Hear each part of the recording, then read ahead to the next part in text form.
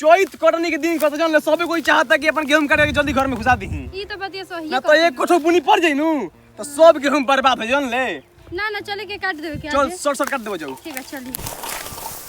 शाम के 2 घंटा कटनी करे से कटनी खाला सबे गांव घर के आदमी 2 बजे भोरा ही खाने के अपन सब कटनी काटता जान ले। त का करी हमर ओहरी नींद ना टूटेला त? तो रात हम मोबाइल जो तो नींद टूटी। ए भागी रहुआ त ऐसे ही खाली बोलत रहिया काटी चुपचाप।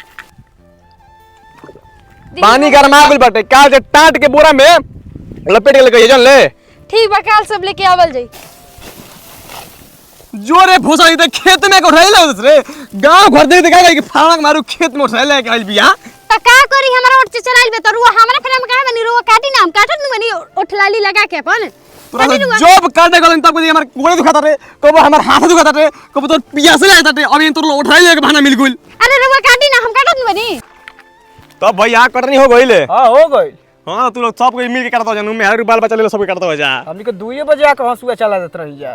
हां तई त बात बोलाई बेटे हम महसूस करन 2 बजे उठे के को देखि ना हमार नींद टूटते नहीं खे। तू लोग मरते 6 बजे लुआ बता लोग। हां ये बात बाटे भैया। ठीक बा काटो लोग। अच्छा ठीक बा।